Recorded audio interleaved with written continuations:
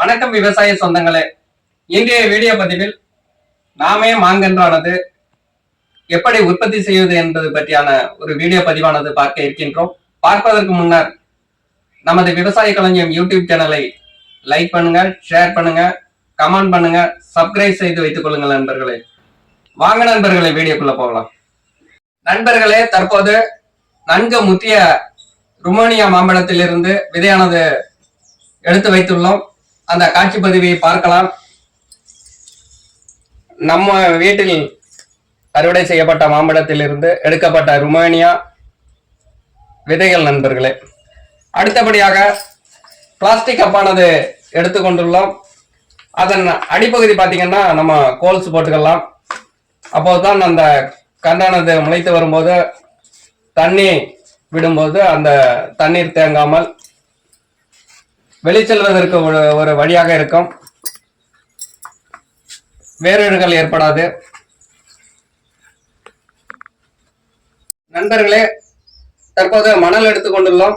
அதை கூட பாத்தீங்கன்னா கொஞ்சம் மாட்டு எரு கலந்துள்ளோம். அப்படியே கப்புகளில் நிரப்பிக்கலாம் நண்பர்களே. ஒரு அரை கப்பு நிரப்பிக்கலாம். நிரப்பிய பிறகு அதன் விதை பகுதியானது முன்பக்கம் மேல் நோக்கி இருக்குமாறு விதைப்பு செய்தலாம் நண்பர்களே. விதைப்பு செய்த பிறகு மேல் பக்கம் மணல் இட்டுக்கலாம். தற்போது இந்த விதையானது இந்த மேல் பக்கம் இருக்குமாறு, அந்த முன்பக்கம் மேல் பக்கமாக இருக்குமாறு விதைப்பு செய்ய வேண்டும் நண்பர்களே.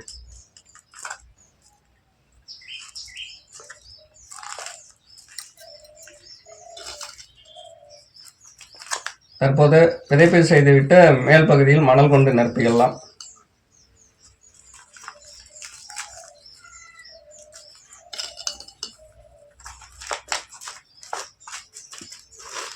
இவ்வாறாக நம் மணல் நிரப்பிய பிறகு தண்ணீர் தெளிச்சுக்கலாம் நண்பர்கள்.